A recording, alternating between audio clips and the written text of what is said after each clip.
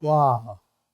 Ashwadayi, Godayi, Dhanadayi, Mahadhane, Dhanam me Jushatam Devi, Sarva Kamasya Dehi me, Potra Pautra Dhanam Dhanyam, Hastya Swadi Gaverate, Prajanam Bhavasi Mata, Ayushumantam Karotu me.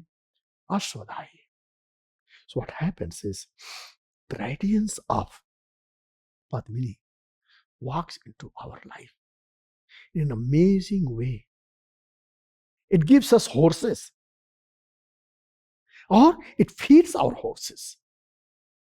Who are the horses? Senses and sense organs. Okay? Senses and sense organs.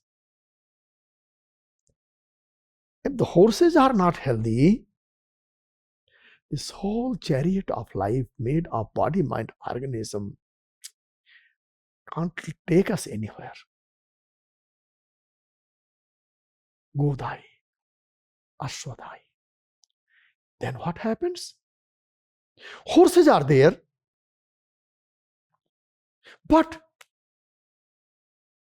fundamentals of the chariot of life is missing. What is the major characteristic of the chariot of life? Chariot is that there is main body of the chariot on which, let's say, the rider sits. And that chariot is made of wheel, and wheel is made of, let's say, basic bare parts I'm enumerating. Wheel has a hub, and then it has a rim. Between hub and rim are spokes. Spokes are fastened to the hub on one side, and they are connected to the rim on the other side. Hub has to be fully intact. Spokes have to be healthy. Rim have to be healthy and strong too. Our consciousness, our center of consciousness, Jata Vedas in us, Chitta Samvit in us is the hub. Okay. All these different parts of our body, nervous system, vital organs, veins, arteries, ligaments, these are the spokes. And the rim is the outer skeleton and the skin, which gives us kind of structure and shape and form. Everything together, this is what carries the body forward. But important thing is, our Chitta Samvit, the rider has to sit on it.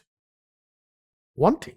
Another, the chariot driver, the chauffeur, has to be well-trained chauffeur.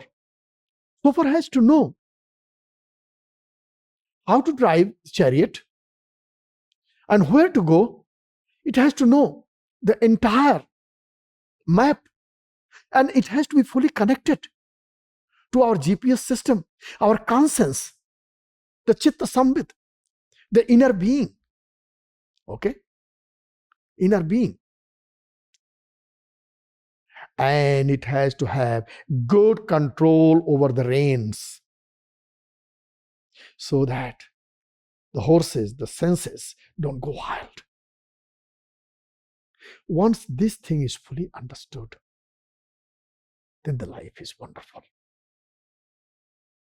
So Padmini Vidya is not just so-called talking about the lotus and its blossom. Of course, that's the ultimate goal. It's not only about figuring out where and how the nectar is located and get it and how to get it. Of course, that is the main thing. But everything together is called Padmini Vidya. Okay? Everything together is called Padmini Vidya.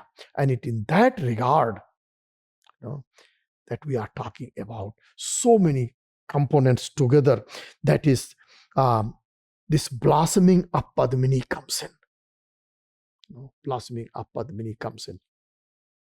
That is why on daily basis, just pray, start your practice with the prayer of um, Dakshinamurti. But when we are doing a much bigger size of the practice of Padmini Vidya or Sri Sukta, or let's say of which where Maha Sri Yaga is the overarching practice, and all these different aspects of Sri Sukta, and all those different forces which are locked in different mantras of Sri Sukta, when they are all being invoked as part of Maha Sri Yaga, then we have to pay attention to all these things together. Okay, all these things together, and that's called radiance of Padmini. Together. I think it's so wonderful. Thank you. God bless you all. I really look forward sharing something which is very dear to me.